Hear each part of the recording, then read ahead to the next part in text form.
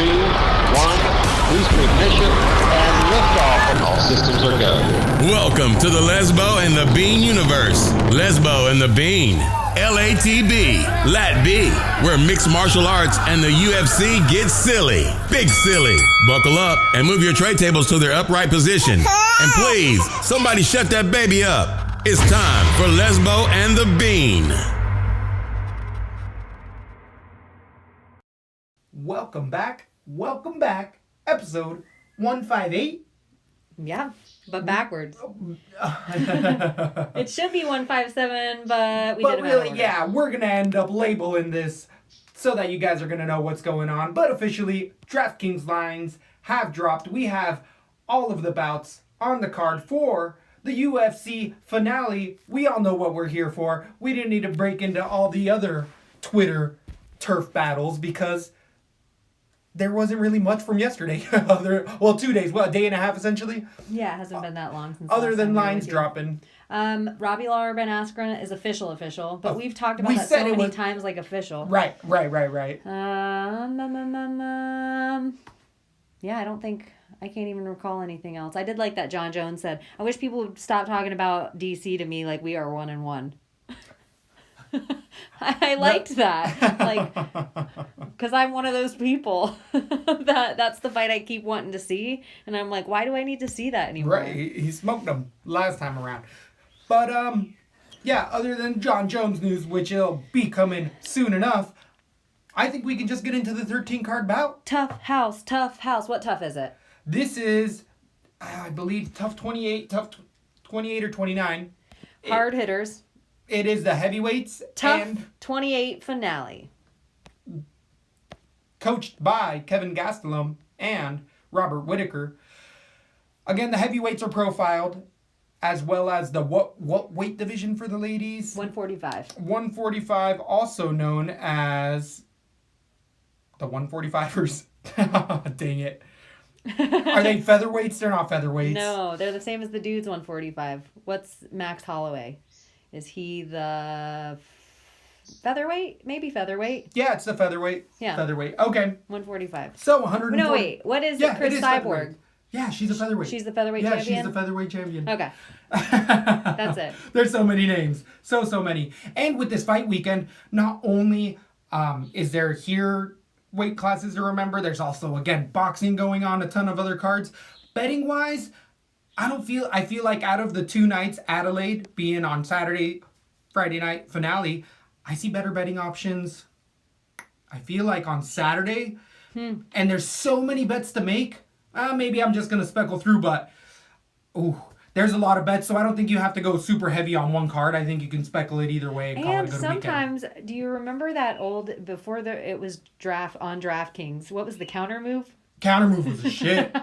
So counter move, when there was 2 fights like this back to back, they'd let you pick from all the fighters. Dope.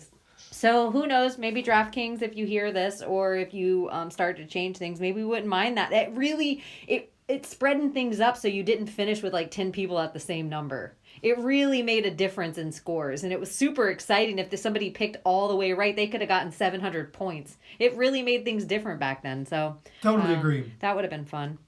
So there's room to grow. Definitely still evolving in the MMA world. We're going to come out of Vegas for this finale. Usually they tend to do these finale shows in Las Vegas because of the Performance Center, as well as just the taping of the Tough House, which officially we had said that this was the last season, and now we've started to hear word that it might not be the last season. That ESPN I heard it wasn't at all. At all, because I had heard it was 3 months ago when it started. I heard it was, but now I heard, you're right, that it's not. They've picked it up again, and they want to keep it going. Rule number 1, if you want a UFC, and that is, don't trust Dana White. Rule number 1. Yeah, that's easy to say. If Dana White says it, it's almost not going to happen. The other way completely. But he probably has he's the opposite of WikiLeaks. He's a 0% approval or success or honesty, correctness rating. Definitely. But that's his job. He's got to do what he's got to do to make whatever deals. The deal we got to start off with is at 135 pounds. The bantamweights are going to get it going with Rony Barsolis versus debuting Gutierrez, there's going to be a lot of debut fighters, a lot of Who do you think's the numbers in biggest there. bantamweight ever? Like just Size-wise? famous Oh. wise. When you think bantamweight, I guess. Oh, Cody Garbrandt? I go Dominic Ronda Cruz? Rousey right away. Dominic Cruz? Like, Oh. that's Ronda Rousey's weight class. I guess that's a good point. Still, even though I'm she, scoring. yeah. I'm still scoring. I don't like I bringing am up that too. name. Still scoring. So I think there was even a little documentary starting to come out on Fight Pass about her. So check There's it out a if you want to. few things they've released of lately. I haven't watched any of them, but Me apparently neither. they interview, like, it shows Misha Tate and Chris Cyborg. So I wonder Ooh. if they say good shit about We Ronda. need to get into that one. But I had to do a lot of tape study in a short amount of time, so I haven't been able to get into those type of documentaries yet. But Barcelos, he's fought already once in the UFC and ended up, he has a 12-1 record, got Kurt Hollabaugh out of there quickly 4 months ago with a nasty uppercut. But Barcelos is coming in with all sorts of hype, came in with all sorts of hype. Great ground game, dedicated jiu-jitsu guy, tons of power on the feet, and he throws with intent because he's not worried about getting put on the ground, and his record reflects that. He's a finisher. Barcelos is a finisher. The lines reflect that. And Chris Gutierrez getting a huge step up in competition. Again, this being his debut, he had a run at, I believe it was World Series of Fighting potentially, but he lost those decisions, went back onto his local scene, and has been able to come off of a 3-fight winning streak, coming back to the LFA, which is a good competition. And his last fight, he beat, who was the young man he beat there? He's 12-2, and he beat Ray Rodriguez submission a month ago, but Gutierrez on the ground isn't going to beat Barcelos. Striking isn't going to beat him. And gas tank-wise, we haven't seen Barcelos get to the third round, but I don't think that's going to get here either. We like to tell you guys to stay away from these type of fights because it is going to start off the entire night. And I don't know if I agree with that on this fight. Heavy favorite for a reason, minus 500. I got Barcelos finishing this in the first round as well. He comes after you, and I think the line reflects that. Who do you have in this fight? I have Barcelos KO round 2 as well. I might stay away from this just to keep good faith, even though he should win everywhere. You know what? The fight in Adelaide, I'll also like the first fight of the night. Oh, interesting. Yeah. Interesting weekend there going on. Barcelos, 9,500 on DraftKings against Gutierrez, I think it was 6,700. Adelaide. I'm so confused now. We did so many fights, and then I've also just been watching old Tyson Fury fights all. Oh, that's a different breakdown. Yes, I know. It's so crazy. We Hey, let both us have know, Tyson Fury. Fans, if you want us to do a Wilder Tyson Fury, throw a shout out there. Maybe we'll get it to you. Maybe. We gotta know if it's just MMA or all combat sports related. I know we have actual fights to watch tomorrow night. I'm pumped. I am excited about it. So Birthday. Late birthday present. for 9,500, he has had a fight already. Barcelos has, and he finished Hollabaugh, who's had over 4 fights in the UFC, who's later on the card. That's why I also feel like the line's being steamed up here. Yeah. So we go on to the welterweights where Tim Means takes on Ricky Rainey, 27-10-1. Tim, the Dirty Bird, Means has had a 2-fight losing streak, losing as of late to Sergio Moraes in a split decision and Bilal Muhammad in a split decision, beating Alex Garcia's in a decision. We've seen Means in there for a long, long time. We know what he likes to do. Dirty Bird loves to throw those elbows. Good Muay Thai, good striking, good clinch. On the ground, serviceable, but really isn't going to blow you out. Tim Means doesn't really shoot shots in there either. He's a striker through and through. Has good takedown defense and can actually keep the fight where he wants most of the time, is why he would usually gets these decisions, if not finishes you. Rick Rainey has had a mixed career in there. He debuted in the UFC against Muslim Sakalov 7 months ago and ended up getting TKO'd. He was a big underdog there, and it showed Rainey has some experience out of Bellator. Really tends to be a wrestler at 35 years old with a 13-5 record. He at Bellator was having tough fights using his wrestling. I feel like the step up in competition, especially against somebody like the Dirty Bird who has good takedown defense, once this fight starts to get into the second and third round, Rainey tends to gas a little more out of the both fighters. Means kind of has that kickboxing style where he wakes up more as the fight goes on and Rainey fades. And for that, I feel like Means can keep this where he wants the entire time on the ground. I don't think even if Rainey gets it there, he's going to be able to submit Means. We haven't really seen that from Rainey. So this is Means' fight to win or lose. And I have Means winning a decision. He's a big favorite here. But I'm going to have to stay away from it because that at 37 years old and Means gets hurt in there in fights. 34, sorry. Same. So, fight years wise, he's 37 in there for sure. But, Dirty Bird, this is a crucial fight. I think he can get it done, but I do think the line's a little off. I think it's steep. I think it should be more 2-1 instead of 4-1 favorite for Tim Means. Who do you have in this fight? Tim Means, we have not liked why he was fighting over the last few years. Every time he's in there just seems like an off time, and he says it himself in every interview, like, yeah, I'm really just doing this for the paycheck this time because I'm in the middle of a lawsuit, blah, blah, blah. It's like, let's stop talking about this. Let's stop fighting for these reasons. Let's stop. This seems like it's going to be a boring fight, in my opinion, and I want to stay far away from it. I don't see either guy making a ton of points, and I think Ricky Rainey could sneak out a dirty split decision. Even though I have Means decision, I don't think this should even be a 2-1 favorite. I think Means should be favorited, but closer to even being even money. I agree with that 100%, and I like your call here with the potential split decision Rainey. This is going to be a dirty fight. I agree that this can be a fight weekend, one of the worst fights of the weekend. It might be. It's like slowest wise, they're going to slow each other down a lot. Something's off with Tim Means lately. I agree. I've seen it too, and I haven't been able to put my finger on it. He has been fighting tough competition, though. Both of these guys have. So Tim Means, 9,400 against Rick Rainey, 6,800. To me, this is one of those value wager plays on Rainey.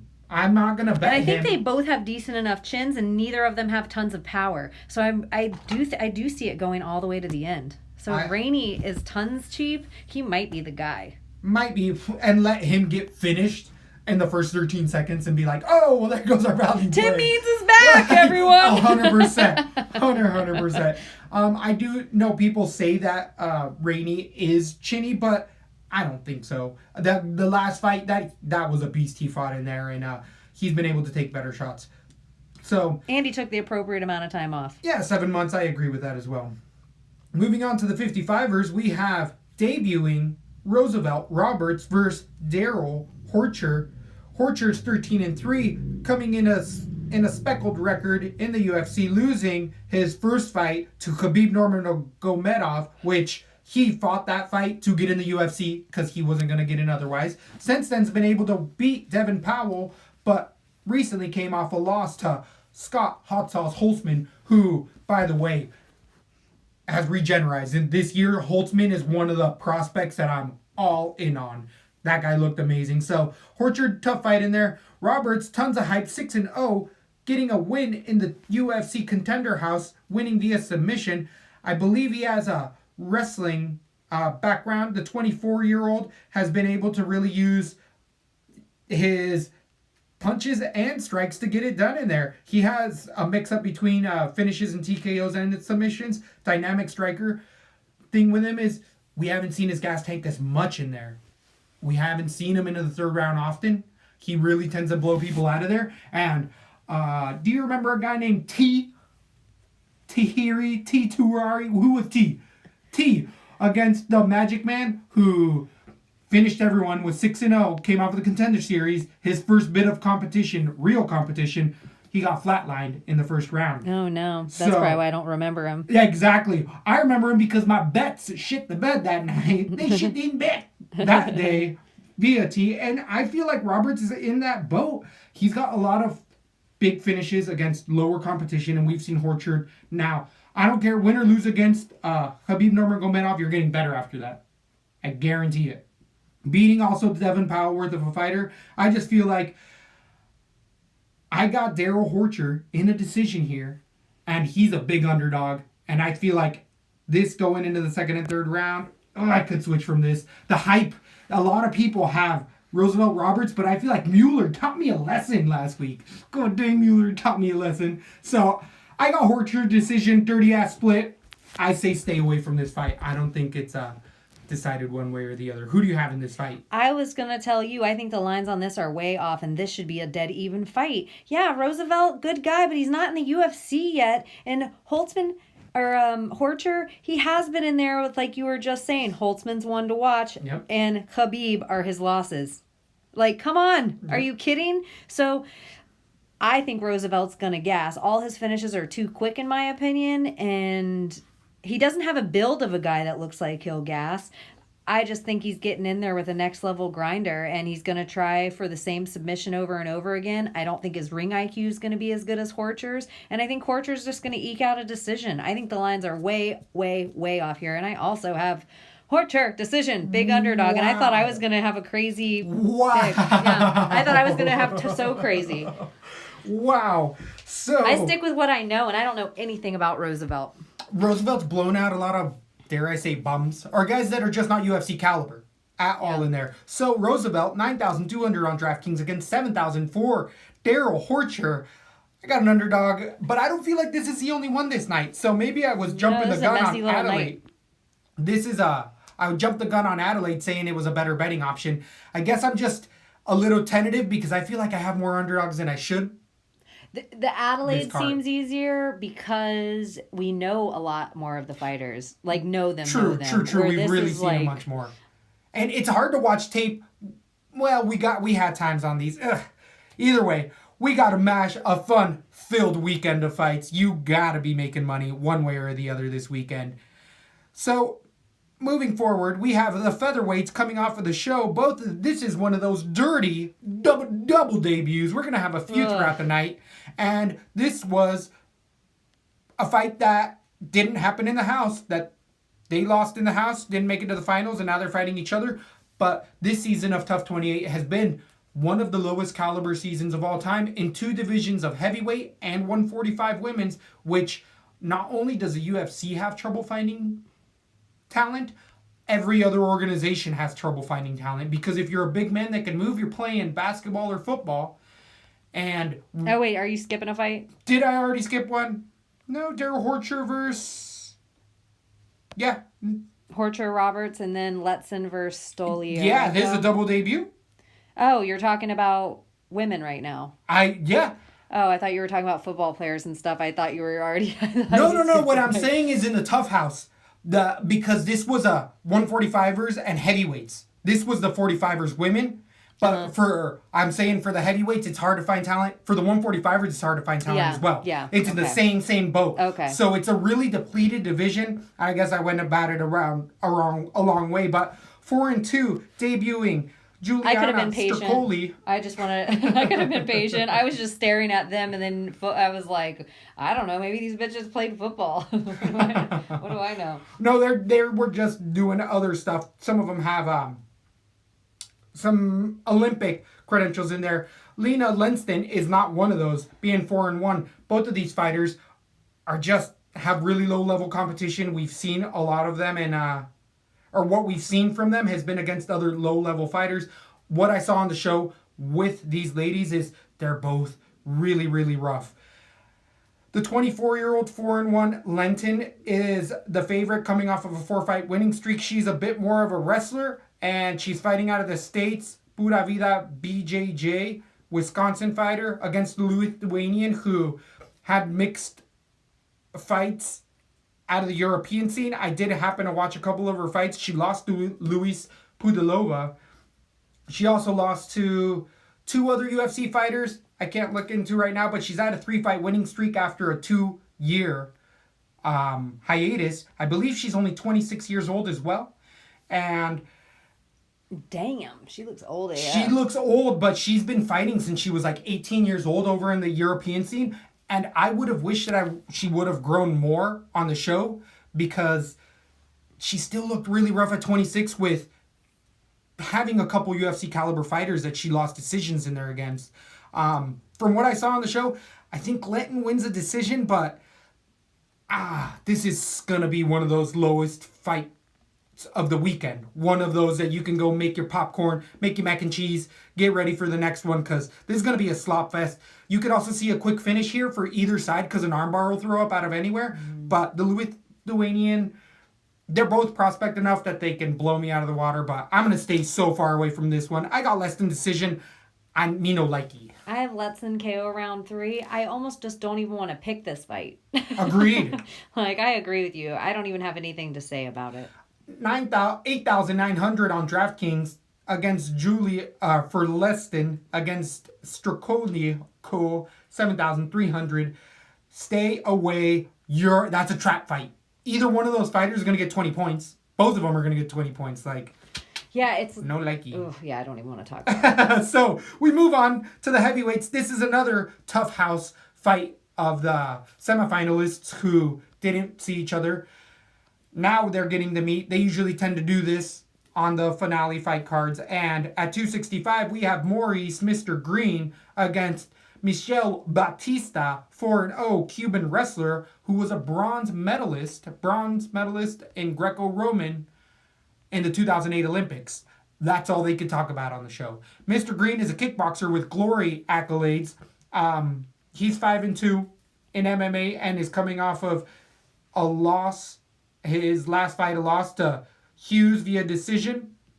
And on the show, what we saw from these guys was Mr. Green has the potential to be a top 5 contender in the heavyweight division. He's 6'10" striker with not the best takedown defense, but if you can't get him down, he can jab you apart, uses his clinch really well, throws a lot of knees in there, elbows, and is just an athletic stud.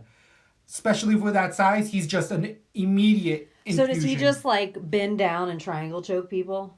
No, because he's not that level of a grappler, unfortunately. Mr. Green? Mr. Green is He not. has a lot of finishes from submissions. Does he really?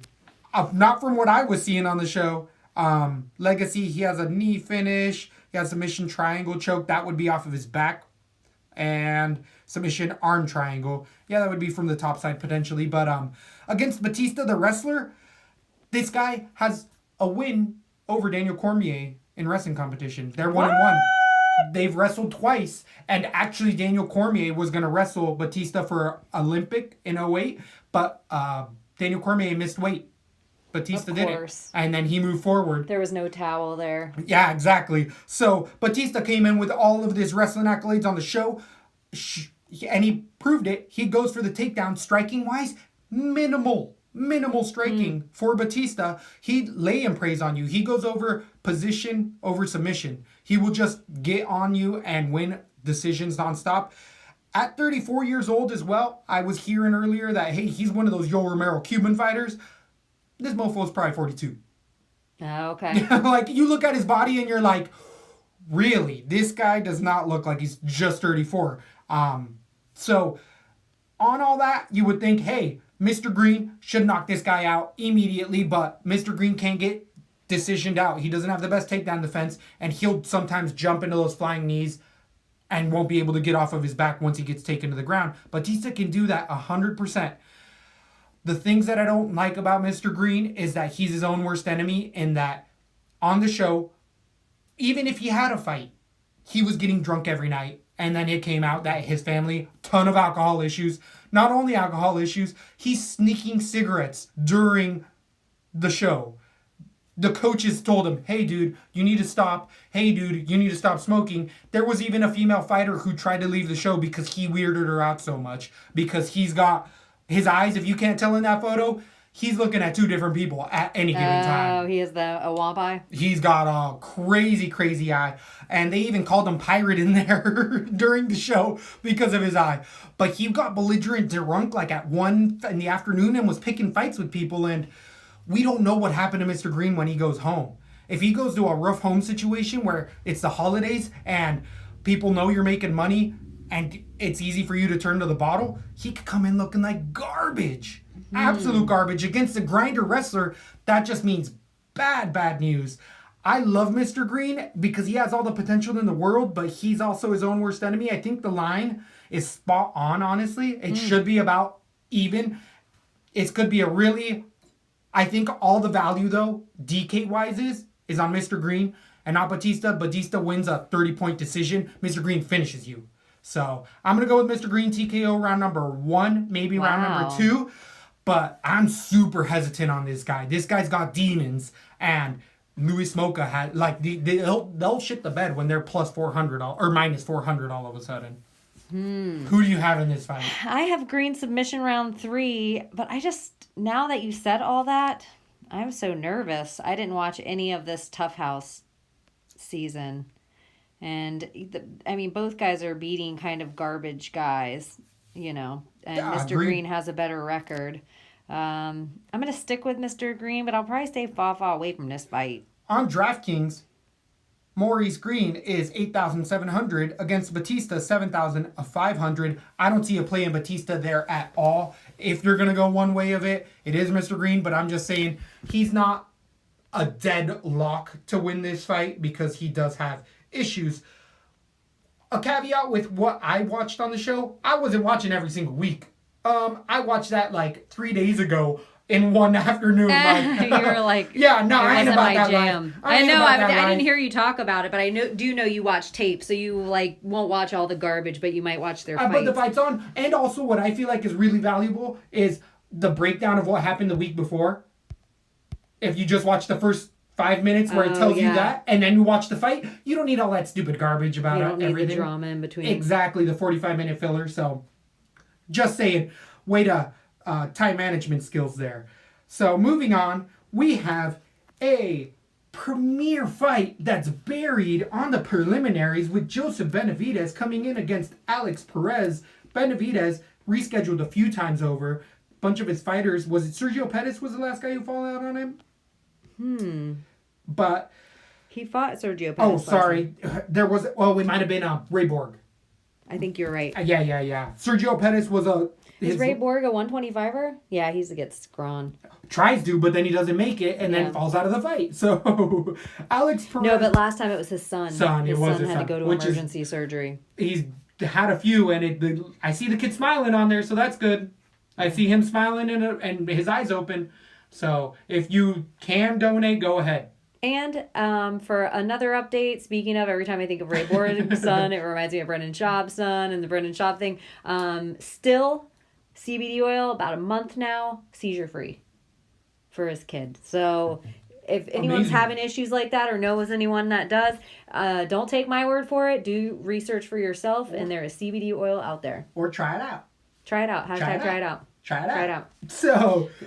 Isn't it funny we're not filming this one today? Looking. I know, I do too. I look at the YouTube audience like... So, also for the YouTube audience, if you haven't already realized, this is not going to have video because it's a short notice heavy hitter, just like this bout's going to be with Alex Perez and Benavidez at 125. If you need to see our face, you can watch our breakdown of UFC Adelaide. Perez coming in with a 21-4 record. He's definitely fought... He came in and beat Joey or Jose Torres 3 months ago, beat Eric Shelton in a split decision, and also beat D. Thomas.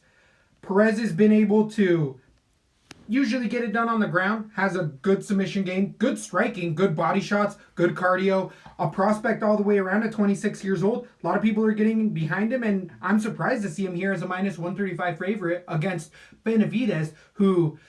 I know we've been talking a little bit of crap on as well. And hey, when you got a hot wife, it's just that much easier. Just saying. So they're the same cute to me. Oh, really? Yeah, I don't think she outshines him. I think he's a little cutie too. Oh, interesting. Yeah, I think, and she's okay, and he's okay. Do you feel like at home that they're like building gingerbread houses and like making toys and stuff like that? Yeah, I think they like play video games together. They seem like they go like walk a boardwalk and do that Dance Revolution together. Yeah, totally. They're that kind of couple. So hopefully that works. But Joey B's only lost the top level competition, and even against Sergio Pettis, I feel like I've broken down Benavidez like 3 fights now that he hasn't come to fruition. And it's all kind of the same thing over and over again. Maybe that's something we should like keep an eye on for this fight. Yeah, weigh-ins, right? Still haven't. No, have they happened? They did happen. They're happening right now. Weigh-ins are happening. So Joey B, though, hopefully got a haircut. That real Slim Shady haircut was not working. At least get a fade if you're going to dye it. And we know what we get with this top 5 fighter. He is good all the way around. Good gas tank. Is at a team elevation with TJ. Maybe the juice is flowing. Maybe it's not. They are fighting in the States. But Perez is going to give him a handful here. I just don't see Joey Benavidez getting completely outshined in there, and I guess the line reflects that at a plus 105. I'm going to have to go with Joey B. Decision here. This is a fight of the night potential for sure. I'm excited for this one. I'm surprised it's buried on the prelims. This should be a main event. Either night, this could have been on the main card. And this one's going to come to bang. I got the underdog, Joey Benavidez. Who do you have in this fight? I think this is going to be such a display. The only thing I don't like is ring rust for Joey B here. And that's why I'm going with Alex Perez decision. I think I'm actually surprised. I thought I was going with the underdog on this fight, having Perez decision, but I've noticed a lot of people come out really hot on him of today. Yep. And I think it's crazy that this isn't on the main card. This is going to be such a great stand-up fight, a grappling exchange. It's going to be so exciting and fast everywhere. It could even be on the night of TJ Dillashaw, Cejudo of the last 125. Like, this is up there for that caliber fight. I got Perez decision, but for no big reason, and I could see myself going with either guy depending on how much I can afford, because I think there's going to be so many points involved in both guys. I agree with that. I don't see that being a bad spot at all. And 8,200 for Alex Perez against 8,000 for Joey Benavidez. I could see either one of them. I think going with both of them, stacking them on a card, might be better than picking somebody you think's going to lose that's only 7-5 but might get 30 points. I think both of these guys could get over 30 and somebody could still get 90. I agree with that. I think that's a good call right there as well. 50 and 90, because they throw a lot of punches as long as nobody gets finished. Right. And I don't see that. I don't think they have that kind of power. Did you see, it's reminding me because of their gloves. Sure. Did you see that they're really changing the UFC gloves? Are they officially doing it? To do it more like... The pancreation glove, or no, the Pride gloves. Pride gloves. Yeah. That's awesome. Finally. You're going to see eye pokes go so far down. Yeah, it's going to be It's going to be awesome. You might have seen the occasional thumb in the eye. So...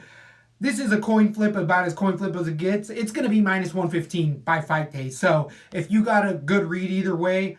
I'm just going with the youth and the fast. This is such a fast division. Everything's so fast. So I'm just going with the 26-year-old there. So fast that it's on out of here. It's going to be one of the last fights at 125 pounds. Yeah.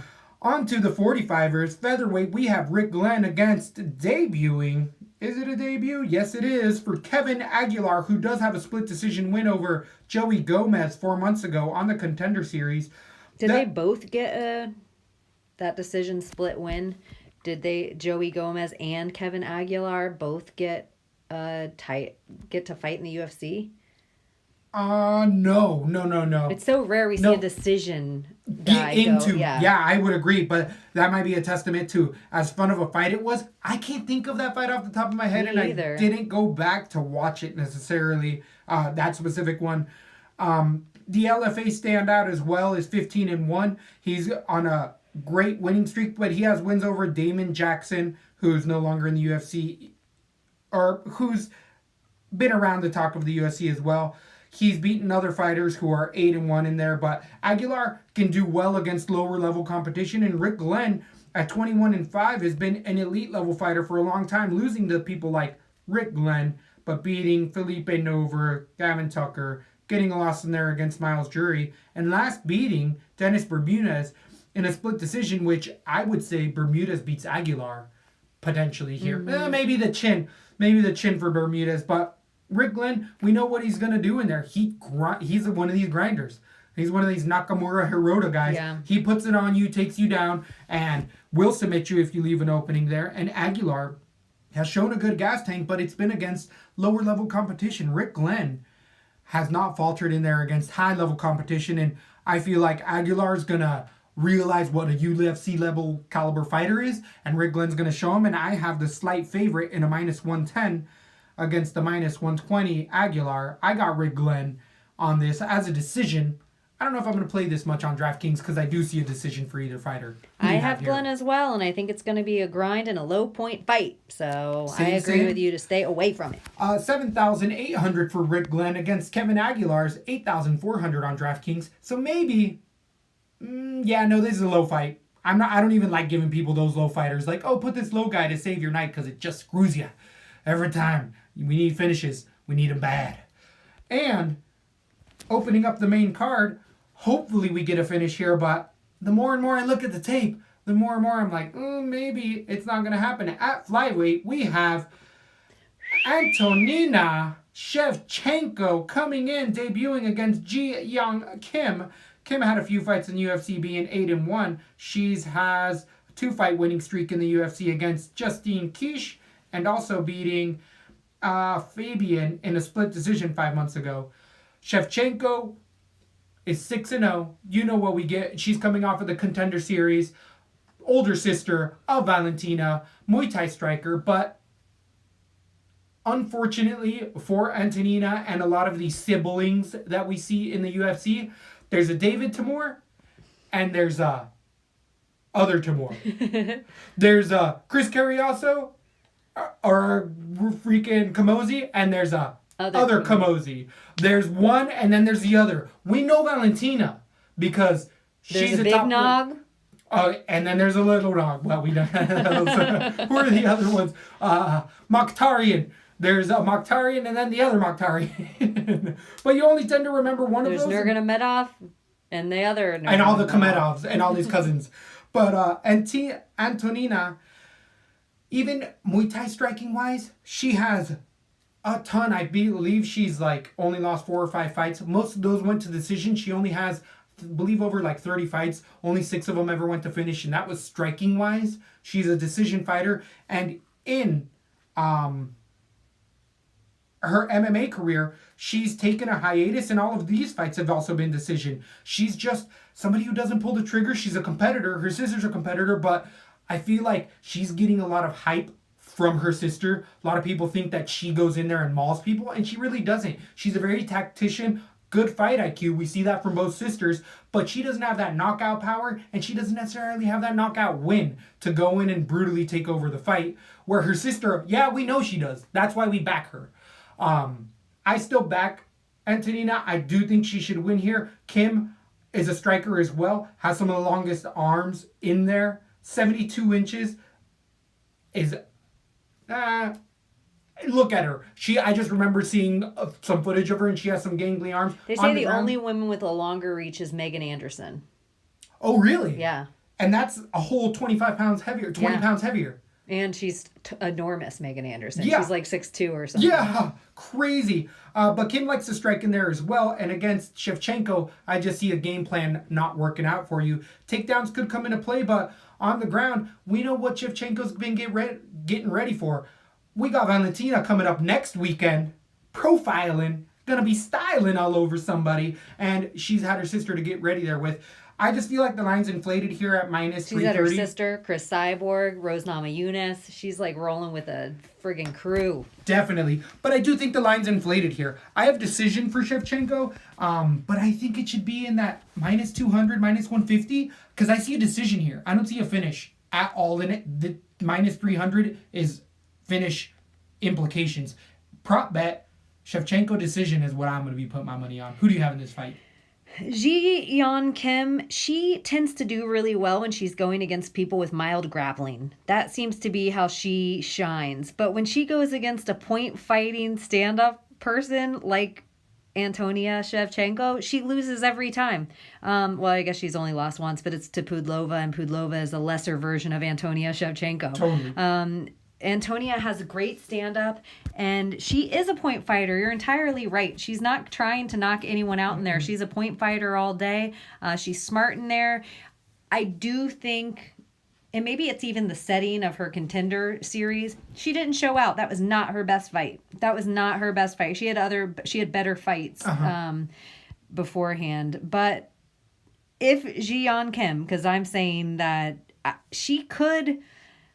I think Shevchenko has better takedown defense. I don't know what her grappling's like at all. Yeah, so I hope she stays on her feet, and I hope she doesn't get taken down. She is the older sister, so I could see the Bullet getting the belt at 125 and actually testing the waters at 135 again, because without Amanda Nunes there, I think Bullet could carry that belt of the 135 division. I could see her leaving this division to her sister, and the 125 is weak AF. They're the two of the top 3 women in the division, probably. Yeah. So I do have Shevchenko decision. One of them's on just name recognition. Yeah. Yeah. Just name recognition. And that completely. she's fighting with her sister. That Right. training she's with her. Yeah. Training with Beast. So yeah, I have her decision as well. I don't know how many points she's gonna lay. I agree with that, and that's why 9,300 for Shevchenko against 6,900. It's too steep. I'm not going to play that anymore. I agree, and I actually think you save your money on Antonia this week and save it for big sister Shevchenko. Roll it over on DraftKings in that one. That's when you roll over. That's another piece of advice I give. That's one of those classic Lat B plays. You stay away from this Shevchenko. And for that cheap, I don't see Jiyeon Kim getting finished, and I could see myself putting her on a card. I agree with that value-wise. Value-wise, she's going to allow I could put all Slayers and then somebody that's going to get 30 points. I don't think that's the worst call in the world. And Antonia Shevchenko, with the win, is maybe going to get 68 tops. Tops. And she's comfortably over. That's right. With like 20 point But that's what I'm saying. For 300, you're like, that's pretty much finishing. You got to finish when you're a 3. So the line's off there. Moving on to the main card. If you haven't liked and subscribed, what are you doing? You gotta. We open up the fight with Darren, the Dentist Stewart, against debuting Edmen Zabharian. How would you pronounce it? Zabazian. Shavazian. Coming off of the Contender Series, beating Jones in a TKO 4 months ago. Darren Stewart's 9-3. He's coming off a 2-fight winning streak, beating Eric Spicely 6 months ago, and then as of late, Charles Byrd in a TKO 2 months ago as a big underdog. I feel like he was a 4-1 underdog there. And Charles Byrd gassed completely after the first round, and Stewart did what he needed to do in there to finish him. The debuting fighter is 7-0, coming out of that Glendale fight team.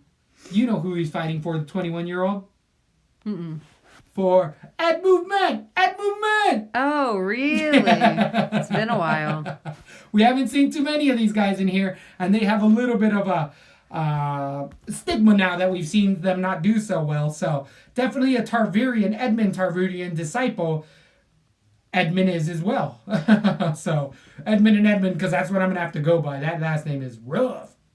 So the 7-0 fighter, we know out of that Glendale fight team why a lot of these guys get 7-0 and 10-0 His last name seems like the capital of Israel or something. It's like Shavazian.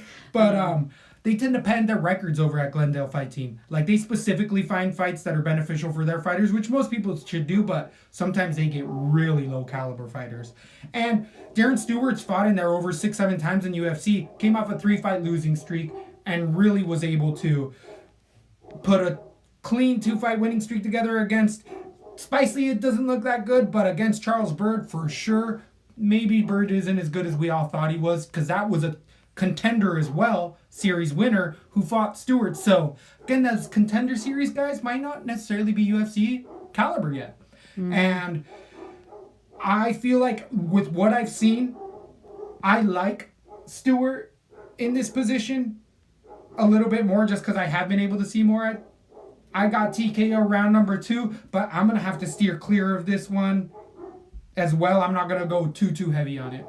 Just because the underdogs come and lose, I'm going to go with Shavazian, and I'm going to do KO round 3. I just think his gas tank's going to hold up better. He knows what he's getting into in there. There's a lot of guys coming out of the Glendale Fighting Club that are at least UFC caliber, that Edmund does know what he's getting into in the UFC. I don't like the Eric Spicely or the Charles Byrd fight that Darren Stewart's fought. I don't know if those guys are necessarily UFC caliber, so I'm going to stay far away from this fight, but I got the...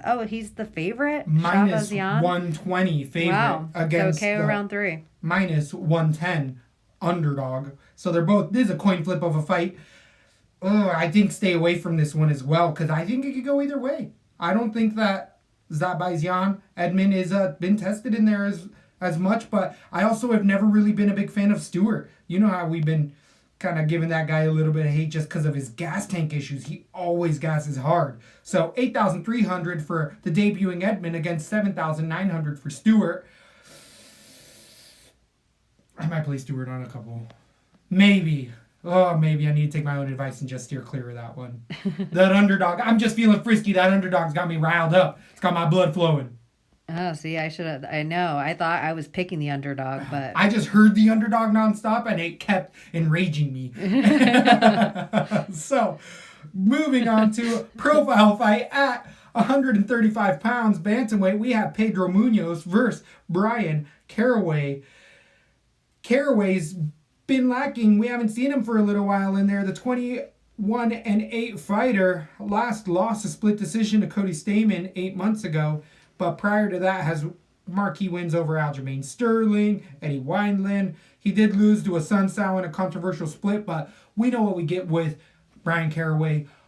Perennial underdog who's a grinder, who's got nasty submissions, and is willing to cheat his face off to get a win in there.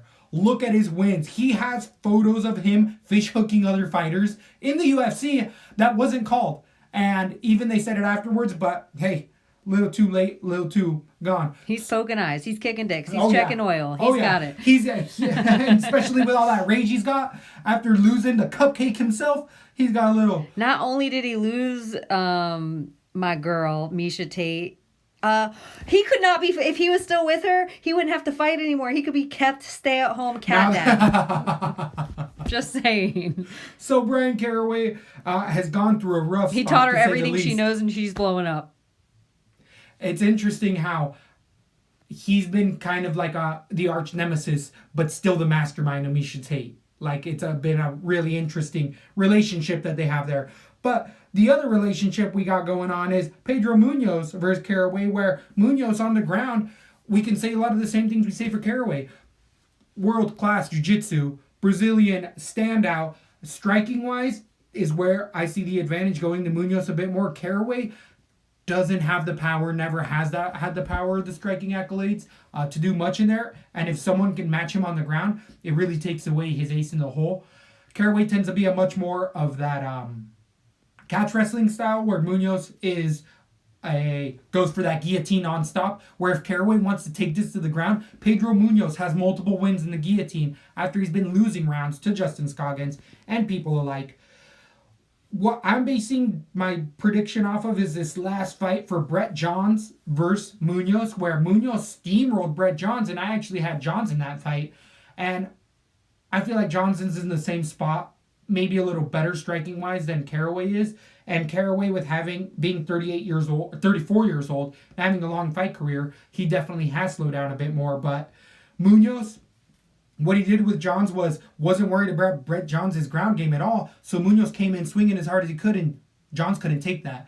And I feel like that's the exact same game plan you kind of got to do with Brian Caraway, is not give a shit if he's going to take you down, because you're good enough. And striking-wise, that's the path to victory against Brian Caraway. And I do think that Munoz, even if he gets on the ground eventually, he can get back up and win a controversial decision, because any fight Brian Caraway's in is a dirty split. Time and time again, it's a dirty ass split. But I got Munoz. I think he ekes it out striking wise. They reverse each other on the ground a couple times, but watch out also for Caraway's dick grabs and eye pokes. I am not even joking or being facetious. He's that type of fighter. But you're trying to win, so can't blame him too much. Who do you have in this fight? I love Brian Caraway, but Pedro Munoz is better everywhere here. I even think he's better in the grappling. I am not worried about him getting taken down at all, and I think he has far more power. Brian Caraway, this is going to be a boring fight. And I don't like the fact that Brian Caraway did not look good against Cody Stamann. Even though we love Cody Stamann, we think he's one to watch in the division, so that loss to us isn't super surprising. He didn't look great to me at all. I don't think it should have been as close of a split as it was. I think Pedro can kind of do the exact same thing here. So if there's a finish, it's Pedro Munoz, and I also see him eking out of this decision just because he's a little better everywhere. 8,800 on DraftKings against 7,400 for Caraway. I don't know if I'm going to play on Brian there, but he doesn't throw anything. Exactly. His top level, if he gets a win, his top is at 68 points as well. Yeah. Like top, and that's if he gets a few takedowns. Let's say that doesn't happen, then it's 20 points striking. So I don't think Caraway's a play there, but Munoz as well. For a split decision, that's pretty steep. I don't think I'm going to play that heavy. But moving on to a final championship fight for the finale, we have a fight that was officially made as of last night with Macy Chiasson versus Penny Kazad. Kazad, I got this with who was the other fighter? Where I was saying she was younger? That was my fault. Oh, where you were saying she Julia fought 3 other... Stracoli? Yeah, that's wrong. Yeah, it's the Kazad. It's Kazad who fought that. I'm getting my ladies mixed up in here. But, so, Kazad has fought in Invicta. She's 10-3. Her only 3 losses are to UFC caliber fighters. Tanya Evinger, Raquel Paoli, who should be in the UFC, Sarah Kaufman in a decision. Then she took a break for a little while. Then got a win over Damoni. And then 5 months ago, Carrie Hughes now is on the show. She likes to get the decision. Good, well all-around fighter. Has okay takedowns, okay striking. Jack of all trades, master of none. Not powerful striker. Not the best takedowns. Okay takedown defense on the ground. She can reverse you. She'll put you in danger, but she won't really finish you. So, not a really advantageous DK spot as far as somebody who I have exposure to, where Macy does. She's a finisher. She's got power. She's rudimentary on the ground. She can get out grappled, but on the show and with low-level competition, she just has good enough takedown defense to keep this fight where she wants to, and striking-wise, she puts that left on you, and she puts women down, even if she's losing a fight. I think this is a really interesting fight. I initially had the 10-3 fighter, the 26-year-old, just has shown us more. She can go into the 3rd round more often and still win decisions, where we've seen Macy get ladies out of there. So, I keep flipping back and forth with this one. It is a near even. It's a split up pick'em. Macy must watch the show. She's like, I'm going to get my hair cut like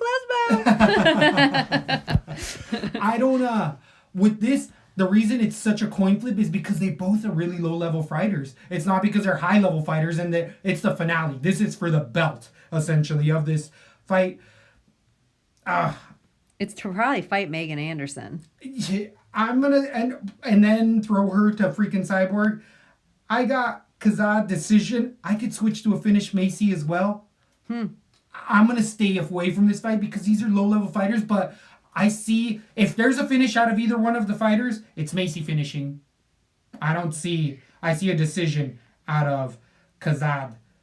I have Kazad decision as well. I don't have too much to add about it. I don't think Macy has super heavy hands at all. I think she has all submission victories and against people with no record anywhere. Yeah. And then Kazad has she's only lost to people at UFC caliber. So... I'm going to stay away from this fight as well. I have a Kazad decision.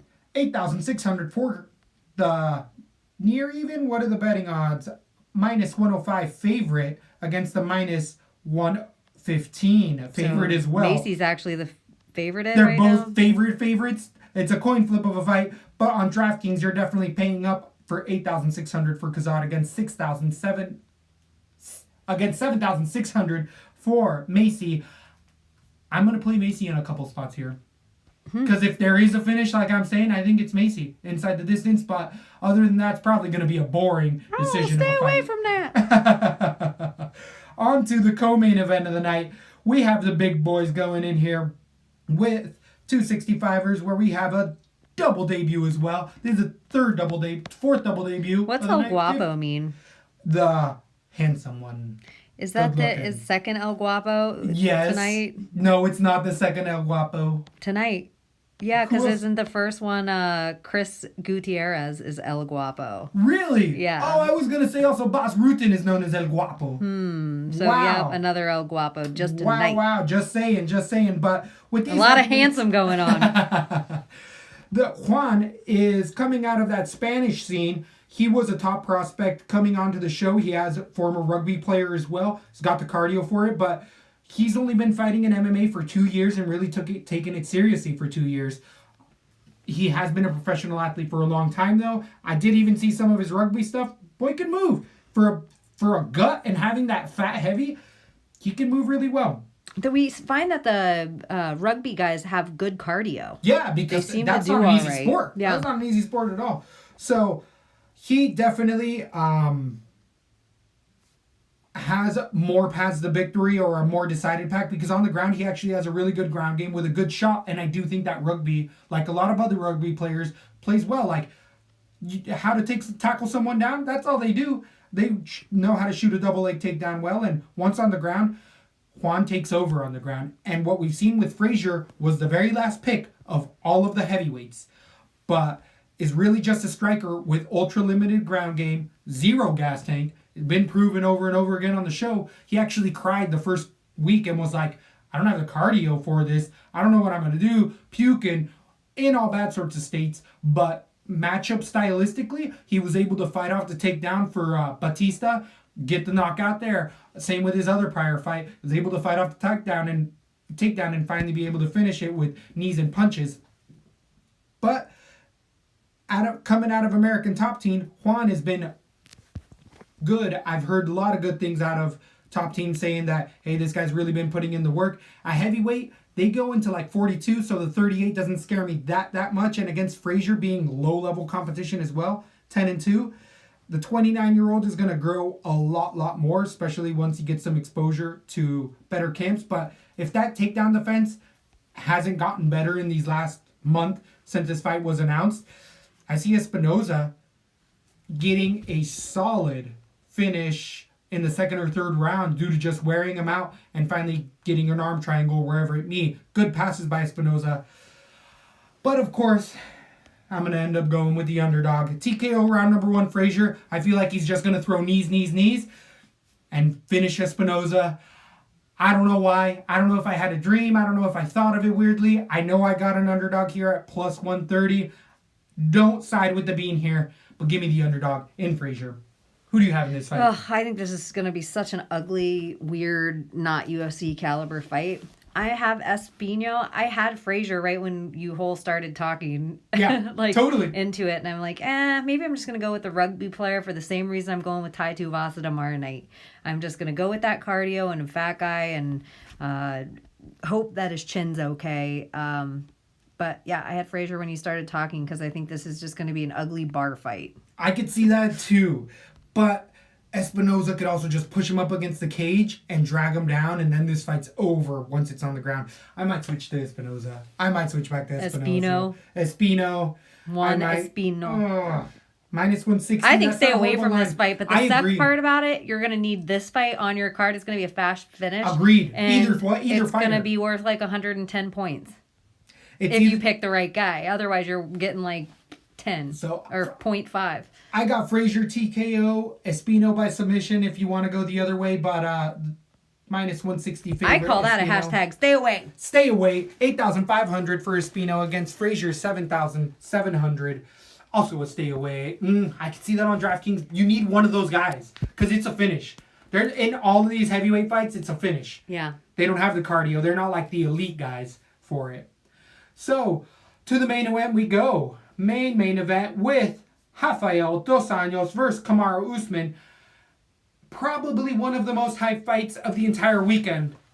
Maybe bigger than Fury Wilder. Just kidding. Best MMA fight of the weekend. There's a toss-up between this one and there was one on Adelaide that I'm super... Freaking Rocco versus Jake Matthews. Anthony, Tony. Yeah, that's good, but it's not... Yeah. This is the best fight. Yeah, this is the best fight of the entire weekend. And all the Bellator, it puts it to shame. Yeah, true. And I even think skill level, this is a great fight. This is a great fight. At 170 pounds, we have Rafael Dos Anjos versus Kamaru Usman. And if you know here at LaTB, you gotta trust us. And know that Usman's making his title run. And this is how he does it. Going over a person like Dos Anjos. Dos Anjos coming off with a 28-10 record, losing to top level competition. Last loss, Colby Covington, he got his ear ripped off. His freaking ear came off of his body in that fight. But the 13-1 Kamaru Usman is definitely a lot like Colby Covington, but bigger. Yeah. The only thing that I would say Colby Covington has a bit better than Kamaru Usman is going to be his hand, maybe his power in his hands. Colby Covington has good hands, good cardio. Kamaru Usman does as well. But against Dos Anjos, I don't really see too many people finishing him. His chin is held up in there, especially after he got that titanium plate in there. He's been unstoppable. People haven't been able to knock him out in a while. On the ground, I don't see Usman finishing him, and Dos Santos is by far the better BJJ grappler in there. But in MMA, I see Usman getting more of that position and just grinding it out, winning a 5-rounder by having that top position, doing a lot of what Colby did. Striking-wise, it was where it gets a little bit iffy for me. I think Dos Anjos has great leg kicks that can really affect this because that's going to determine how the shots are going to come in against him. And as far as Kamaru Usman, he fought Damian Maia in a rough fight 6 months ago. Prior to that, beat Meek. Prior to that, beat Marias in a TKO. Beat Warley Alves. These decisions have been... he beat Sean Strickland in there as well, which I really like. These decisions have been one-sided, and Usman hasn't taken much damage, but once somebody gets in there that really can start to put it on him, it's going to be a tough test, and I think Dos Anjos can do that. I think Dos Anjos on the ground is more than serviceable, striking's more than serviceable, has great takedown defense, and even in losses, Dos Anjos keeps going. Against Tony Ferguson, he didn't give up in there. Against Colby Covington, his ear ripped off. He didn't give up in there. Yeah, but he didn't win any rounds either. True.